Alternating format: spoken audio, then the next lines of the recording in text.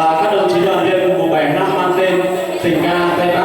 Vâng, xin trân trọng kính mời các quý vị đại biểu cùng toàn thể các đồng chí đoàn viên lắng nghe.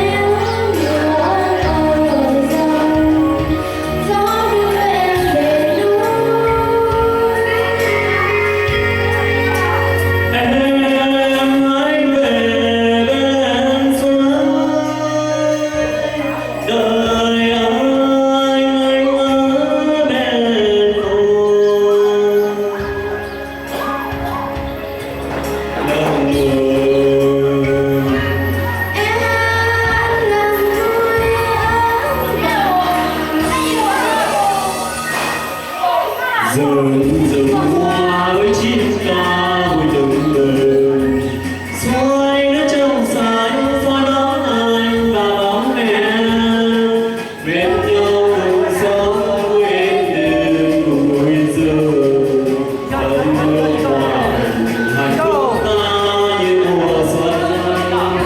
Rừng hoa với chim ca vui từng đời, xoay nước trong sáng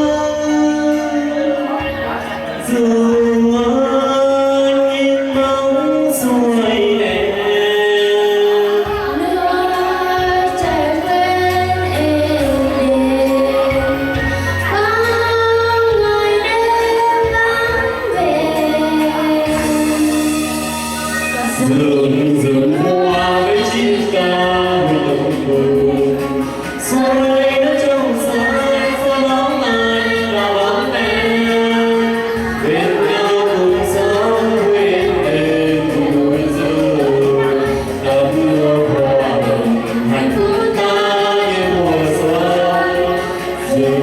Rừng hoa với chim ca vui từng đời, xoay nước trong sáng xoa đón anh.